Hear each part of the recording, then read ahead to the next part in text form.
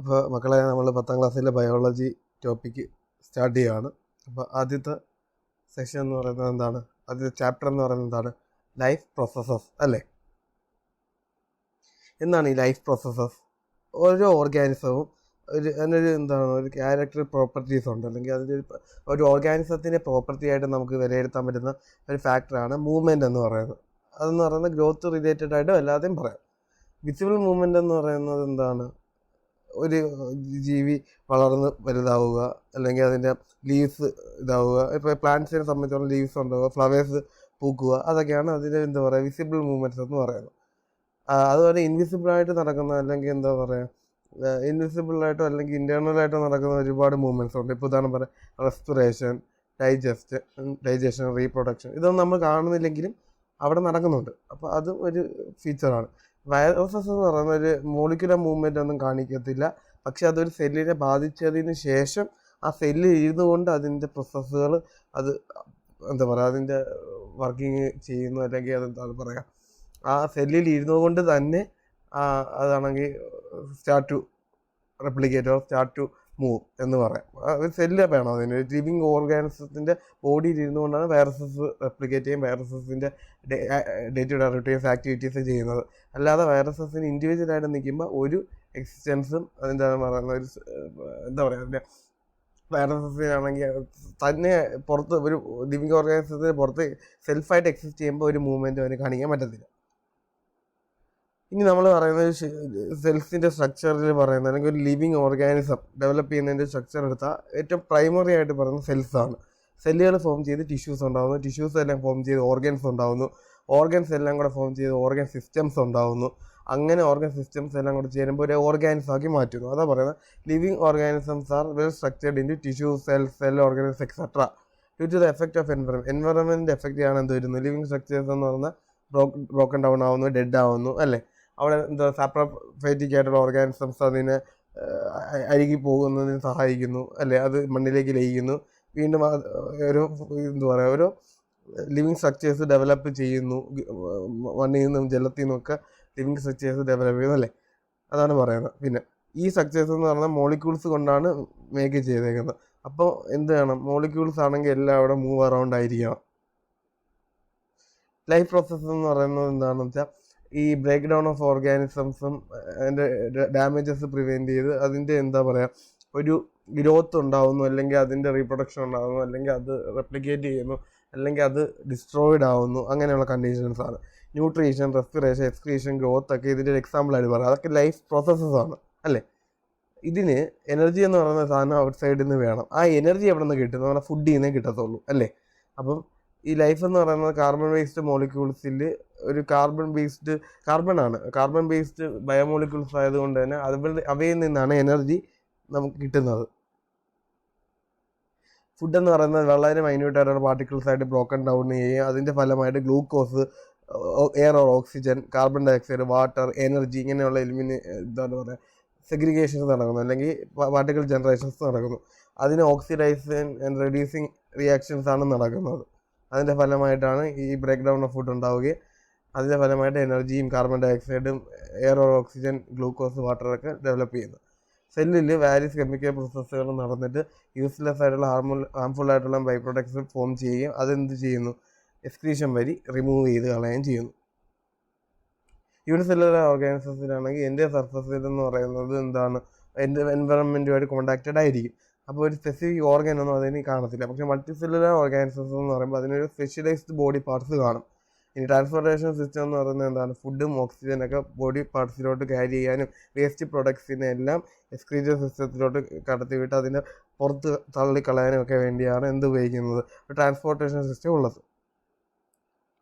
ഇനി നമ്മൾ പറയുന്ന എനർജി സോഴ്സ് ട്രാൻസ്ഫർ ആവുന്നു, അതായത് സണ്ണിൽ നിന്ന് വരുന്ന എനർജിയെ യൂട്ടിലൈസ് ചെയ്ത് പ്ലാന്റ്സ് എന്ത് ചെയ്യുന്നു? ഫോട്ടോസിന്തസിസ് ക്രിയേറ്റ് ചെയ്യുന്നു. അതിലൂടെ ഉണ്ടാകുന്ന ഫുഡിനെ ആണെങ്കിൽ എന്ത് ചെയ്യുന്നു? ഹെർബിവോറസസ് ആയിട്ടുള്ള ആനിമൽസ് കൺസ്യൂം ചെയ്യുന്നു. ആ ഹെർബിവോറസ് ആയിട്ടുള്ള ആനിമൽസിനെ കാർണിവോറസസ് ആയിട്ടുള്ള ആനിമൽസ് കൺസ്യൂം ചെയ്യുന്നു. ആ കൺസ്യൂം ചെയ്യുന്നതിന് നമ്മൾ ഒംനിവോറസസ് ആയിട്ടുള്ള ഹ്യൂമൻ ബീങ്സിനെ പോലെയുള്ള ക്രീച്ചേഴ്സ് കൺസ്യൂം ചെയ്തു. അങ്ങനെ എനർജി ഫ്ലോ നടക്കുന്നു അല്ലേ, അതാണ് പറയുന്നത്. അപ്പോൾ പ്രൈമറി എനർജി സോഴ്സ് എന്ന് പറയുന്നത് എപ്പോഴും സണ്ണാണ്. ഓക്കെ, ഇനി ചില ഓർഗാനിസംസ് എന്ന് പറഞ്ഞാൽ ഓട്ടോട്രോഫ്സ് ആണ്, സെൽഫായിട്ട് എന്താണ് ഫുഡ് ഓഫ് എനർജിയൊക്കെ ഡെവലപ്പ് ചെയ്തെടുക്കാൻ പറ്റുന്ന ടൈപ്പ് ഓഫ് സ്ട്രക്ചേഴ്സ് അല്ലെങ്കിൽ റീച്ചേഴ്സ് ആണ്. ഉദാഹരണം പറഞ്ഞാൽ പ്ലാന്റ്സ് എന്ന് പറഞ്ഞാൽ ഡയറക്റ്റ് സൺലൈറ്റ് അബ്സോർവ് ചെയ്ത് ഫോട്ടോസിന്തസിസ് ജനറേറ്റ് ചെയ്യുന്നു. പക്ഷേ ഹെറ്ററോട്രോഫ്സ് എന്ന് പറയുമ്പോൾ എന്താണ്, ആ ഓട്ടോട്രോഫ്സിനെ കൺസ്യൂം ചെയ്തുകൊണ്ട് ന്യൂട്രീഷൻസ് എടുക്കുകയും അത് എൻസൈംസ് വഴി ബ്രേക്ക് ഡൗൺ ആക്കി ആ എനർജിയെ കൺസ്യൂം ചെയ്യുകയും ചെയ്യുന്നു. ഒരു ഉദാഹരണം പറയുന്നത് ഓട്ടോട്രോപ്പിക് ന്യൂട്രീഷൻ ഒരു എക്സാമ്പിളാണ് ഫോട്ടോസിന്തസിസ് എന്ന് പറഞ്ഞ റിയാക്ഷൻ. ഈ ഫോട്ടോസിന്തസിസ് എന്ന് പറഞ്ഞ റിയാക്ഷൻ്റെ ഒരു ക്ലാസിക് ഇക്വേഷൻ ഇത് നമ്മളാണെങ്കിൽ കെമിസ്ട്രിയിലും പറയുന്നുണ്ട്. ഏതാ? കെമിക്കൽ റിയാക്ഷൻസ് എന്ന് പറയുന്ന ചാപ്റ്ററിൽ നമ്മളാണെങ്കിൽ ഈ ഇതിനെപ്പറ്റി നമ്മൾ ഡിസ്കസ് ചെയ്തിട്ടുണ്ട്. ഈ ഒരു ഇക്വേഷൻ, അതായത് 6CO2 + 12H2O in the presence of sunlight and with the help of chlorophyll. C6H12O6 എന്ന് പറയുന്ന ഗ്ലൂക്കോസും 6O2 എന്ന് പറയുന്ന ഓക്സിജൻ ആൻഡ് ഹൈഡ്രജൻ അല്ല വാട്ടർ, C6H2 എന്ന് പറഞ്ഞാൽ വാട്ടറായിട്ടും ജനറേറ്റ് ചെയ്യുന്നത്. അതുകൊണ്ട് തന്നെയാണ് ഫോട്ടോസിന്തസിസിൻ്റെ ഫലമായിട്ടുണ്ടാകുന്നതാണല്ലോ ഓക്സിജൻ എന്ന് പറയുന്നത്. അപ്പോൾ കാർബോഹൈഡ്രേറ്റ്സ് എന്ന് പറയുന്നതാണ് എനർജി പ്രൊവൈഡ് ചെയ്യുന്നത്. പ്ലാന്റ്സ് എന്ന് പറയുന്നത് കാർബോഹൈഡ്രേറ്റ് എനർജി പ്രൊവൈഡ് ചെയ്യുന്നത്. ഈ കാർബോഹൈഡ്രേറ്റ് എന്ന് പറയുന്നത് അത് ആദ്യമേ എന്താണ്, ആ സ്റ്റാർച്ചായിട്ട് സ്റ്റോർ ചെയ്യുന്നില്ല. അതെന്താണ്, ഒരു ഇൻറ്റേർണൽ എനർജി റിസർവായിട്ട് സ്റ്റോർ ചെയ്യും. നമ്മുടെ ബോഡിയിൽ അതിനെ ഗ്ലൈക്കോജനായിട്ട് സ്റ്റോർ ചെയ്ത് അതിനെ പിന്നീട് ഗ്ലൂക്കോസാക്കി മാറ്റി അങ്ങനെയാണ് എനർജി പ്രോസസ്സിന് വേണ്ടി ബോഡി അത് യൂട്ടിലൈസ് ചെയ്യുന്നത്. അടുത്ത പറയുന്നതെന്ന് വെച്ചാൽ എന്താണ്, ഓട്ടോട്രോപിക് ന്യൂട്രീഷൻസിൻ്റെ ഏറ്റവും വലിയൊരു ഫാക്ടറാണ് ലീവ്സിലുള്ള എന്താണ് ഫോട്ടോസിന്തസിസിന് ഹെൽപ്പ് ചെയ്യുന്നത്. ഓക്കെ, നമുക്കറിയാം ക്ലോറോപ്ലാസ്റ്റസ് എന്ന് പറയുന്ന ഒരു ഓർഗനിലുണ്ട്, സെൽ ഓർഗനിലുണ്ട് പ്ലാന്റ്സിൽ. അവിടെ ഒരു ഗ്രീൻ ഡോട്ടിലേക്ക് സ്ട്രക്ചറാണ്. അവിടെ കാണുന്ന ക്ലോറോഫിൽ എന്ന് പറയുന്ന ഒരു മെറ്റീരിയലാണ് എന്ത് ചെയ്യുന്നത്. ഈ ക്ലോറോഫിൽ എന്ന് പറഞ്ഞ മെറ്റീരിയലിന് A, B different type of categorisation ഉണ്ട്. ഓരോ ആപ്ലിക്കേഷനും ഓരോ ക്ലോറോഫിൽ ഇതാണ് ഉപയോഗിക്കുന്നത്, പിഗ്മെൻറ്റ്സ് ആണ് ഉപയോഗിക്കുന്നത്. എന്നാലും ജനറലി അതിന് ഇൻ ടോട്ടൽ ആയിട്ട് നമുക്ക് എന്ത് പറയാം, ക്ലോറോഫിൽ എന്ന് പറയാം. ഓക്കെ, ഇവിടെ നമുക്ക് പറയാമല്ലോ ഒരു വാക്സി ക്യൂട്ടിക്കളുണ്ട് ലീവ്സിൽ. അതിൻ്റെ താഴെ അപ്പർ എപ്പിഡെർമിസ് ഉണ്ട്, അതിൻ്റെ താഴെയാണ് ക്ലോറോപ്ലാസ്റ്റ് ഉള്ളത്. അതിൻ്റെ താഴെ എയർ സ്പേസസ് ഉണ്ട്, പിന്നെ ഗാർഡ് സെൽസ് എന്ന് പറഞ്ഞ ഇതുണ്ട്. അത് കഴിഞ്ഞിട്ട് ലോവർ എപ്പിഡെർമിസ് ഉണ്ട്. ഇതാണ് cross section of A leave എന്ന് പറയുന്നത്. ഒരു ലീവിനെ എടുത്ത് നോക്കിയാൽ എന്താണ്, മിഡ് റിബ് ഉണ്ട്, ലാമിന ഓർ ലീഫ് ബ്ലേഡ്സ് ഉണ്ട്, അതിൻ്റെ വെയിൻസും ഉണ്ട്. എന്ന് പറഞ്ഞൊരു പ്രോസസ്സിൽ നടക്കുന്ന ഇവൻസിനെ പറ്റിയാണ് ഡിസ്കസ് ചെയ്യുന്നത്. എന്താണ്, ആദ്യമേ ക്ലോറോഫിൽ എന്ന് പറയുന്ന പിഗ്മെൻറ്റ് ലൈറ്റിനെ അബ്സോർവ് ചെയ്യുന്നു. എന്നിട്ട് ലൈറ്റ് എനർജി കെമിക്കൽ എനർജി ആയിട്ട് കൺവേർട്ട് ചെയ്യുകയും splitting of water molecules to hydrogen and oxygen. അതായത് വാട്ടർ മോളിക്യൂൾസ് അറിയാം നമുക്ക് H2O, അതായത് 2 ഹൈഡ്രജൻ + 1 ഓക്സിജൻ മോളിക്യൂൾ ചേർന്നാണ് ഒരു വാട്ടർ മോളിക്യൂൾ ഉണ്ടാകുന്നത്. ആ വാട്ടർ മോളിക്യൂളിനെ സ്പ്ലിറ്റ് ചെയ്ത് യൂസിങ് കെമിക്കൽ എനർജി സ്പ്ലിറ്റ് ചെയ്തുകൊണ്ട് ഹൈഡ്രജൻ ഓക്സിജനാക്കി മാറ്റിയിട്ട് reduction reaction of carbon dioxide to carbohydrates ആക്കുന്നു. അപ്പോൾ ഈ സ്റ്റെപ്സ് എന്ന് പറയുന്നത് എന്താണ്, ഒരു സീക്വൻഷ്യൽ എന്താ പറയുക, നീഡിനോട് ഒരു ഇത് സീക്വൻസ് ആയിട്ട് ഇമ്മീഡിയറ്റ്ലി ഒക്കെ അറിയുന്ന കാര്യമില്ല. ഇത് വളരെ ടൈം എടുത്ത് നടക്കുന്ന ഒരു പ്രൊസീജിയറാണ്.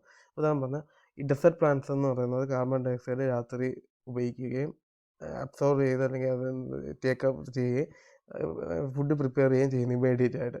It is acted upon the energy absorb കോൺഫിഡ്. ഇതെന്ന് പറയുന്നത് എന്തുകൊണ്ടാണ്, ഡെസേർട്ട് പ്ലാന്റ്സ് ഈ കാർബൺ ഡയോക്സൈഡ് ലൈറ്റിൽ യൂസ് ചെയ്ത് ഫുഡ് ഇമ്മീഡിയറ്റ്ലി പ്രൊഡ്യൂസ് ചെയ്യുന്നത്. ആ കിട്ടുന്ന എനർജി എന്ന് പറയുന്നത് ക്ലോറോഫിൽ എന്ത് കാണും, രാവിലെ സമയങ്ങളിൽ അബ്സോർവ് ചെയ്തതാണ്.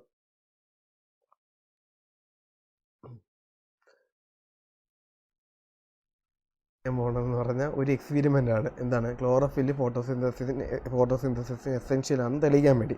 അപ്പോൾ ആദ്യമേ നമ്മൾ എന്ത് ചെയ്യുന്നത് വെച്ചാൽ ഒരു മണി പ്ലാന്റ് ആണെങ്കിൽ എടുക്കുന്നു, പ്ലോട്ടഡ് പ്ലാന്റ്സ് വെജിറ്റേറ്റഡ് ലീവ്സ്. അത് ഏതിൻ്റെ എടുക്കണം എന്ന് വെച്ചാൽ ക്രോട്ടോൺസിൻ്റെ അല്ലെങ്കിൽ മണി പ്ലാന്റ്സിൻ്റെ ലീവ്സ് എടുക്കുന്നു. അതിനുശേഷം അതാണെങ്കിൽ ഒരു ഡാർക്ക് റൂമിൽ വെച്ച് ഡീസ്ചാർജ് ചെയ്യുന്നു. അതിനുശേഷം എന്താണ്, സൺലൈറ്റിൻ്റെ മുന്നിൽ വെച്ച് 6 മണിക്കൂർ അത് സൺലൈറ്റ് കൊള്ളിപ്പിക്കുന്നു. അതിനുശേഷം ആ ലീഫ് എടുത്തിട്ട് നമ്മൾ എന്താണ് ഗ്രീൻ ഏരിയാസ് മാർക്ക് ചെയ്യുക, അത് ട്രേസ് ചെയ്തൊരു പേപ്പറിൽ ട്രേസ് ചെയ്യുന്നു. ഇനി ഈ ലീഫ് എന്ന് പറഞ്ഞാൽ ബോയിലിംഗ് വാട്ടറിൽ ഇമേഴ്സ് ചെയ്യുകയും അതിനുശേഷം ആൽക്കഹോൾ ഉള്ള ഒരു ബീക്കറിൽ ഇത് പുട്ട് ഡൗൺ ആയിട്ട് ഇട്ട് വെക്കുകയും ചെയ്യുന്നു. അതിനുശേഷം എന്താണ്, ഈ ബീക്കറാണെങ്കിൽ വാട്ടർ ബാത്ത് ചെയ്യുകയും അത് ആൽക്കഹോൾ ബോയിൽ ചെയ്ത് കളയുകയും ചെയ്യുമ്പോൾ ലീഫ് എന്ന് പറയുന്നത് കളർലെസ് ആവുന്നു. ക്ലോറോഫിൽ എന്ന് പറയുന്നത് ആൽക്കഹോളിൽ ഡിസോൾവ് ആവുകയും ആൽക്കഹോൾ ഗ്രീനായിട്ട് മാറുകയും ചെയ്യും. ഇനി ഡിപ്പ് ദ ലീഫിനെ ഡൈല്യൂട്ട് അയോഡീൻ സൊല്യൂഷൻ, അതായത് ഈ ലീഫിനെ ഒരു ഡൈല്യൂട്ട് ആയിട്ട് അയോഡീൻ സൊല്യൂഷനിൽ ഡിപ്പ് ചെയ്യുമ്പോൾ എന്ത് വരുന്നു, ഗ്രീൻ ഏരിയാസ് ആണെങ്കിൽ ഡാർക്ക് ബ്ലൂ ആവുന്നു. അതിൻ്റെ അർത്ഥം എന്താണ്, ഇവിടെ പ്രസൻസ് ഓഫ് സ്റ്റാർച്ച് ഉണ്ട്. കളർലെസ് പാർട്സ് ഓഫ് ലീഫ് എന്ന് പറയുന്നത് എന്താണ്, ഫോർമേഷൻ ഓഫ് സ്റ്റാർച്ച് നടന്നിട്ടില്ല.